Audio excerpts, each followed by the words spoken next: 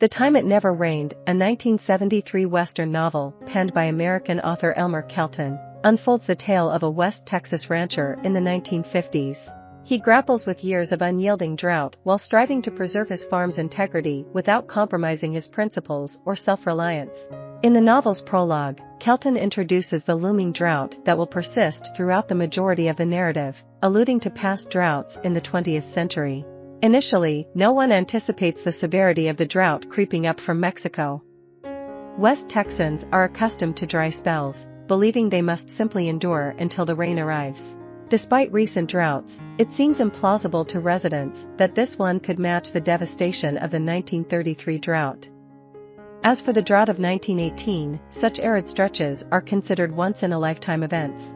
However, the drought depicted in Kelton's novel extends from 1950 to 1957, causing many a boy to transition into manhood before the land flourishes again.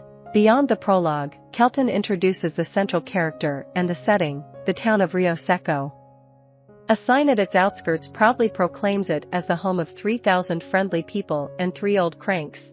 This fictional town had long served as a hub for livestock and dryland crop trading, neither gaining nor losing ground. Unlike several other Texas towns, Rio Seco lacks oil, which maintains its historical inertia.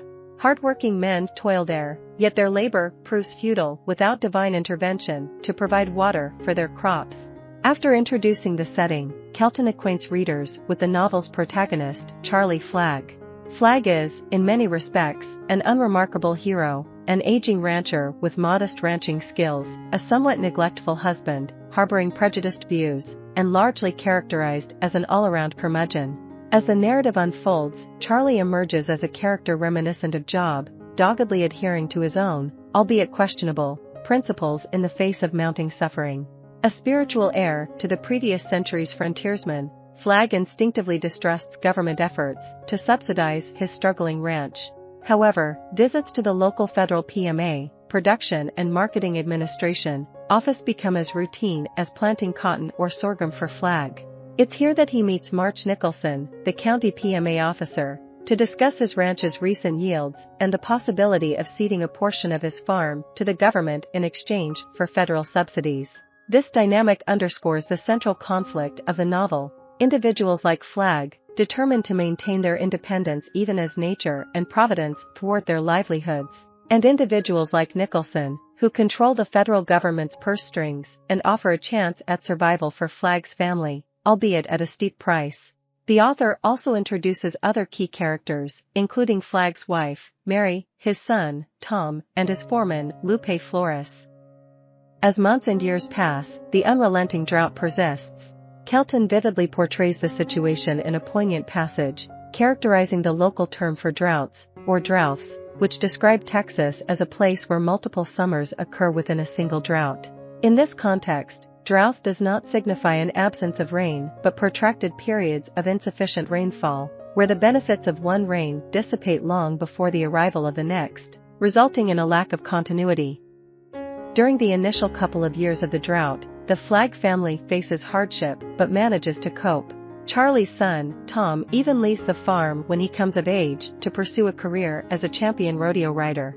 As time passed, Flagg found himself compelled to heed the advice of the local banker, Big Emmett Rodale, and dismiss Lupe from his position as foreman. Subsequently, he felt compelled to convince Tom to return home, against his son's wishes, in a last-ditch effort to salvage the ranch.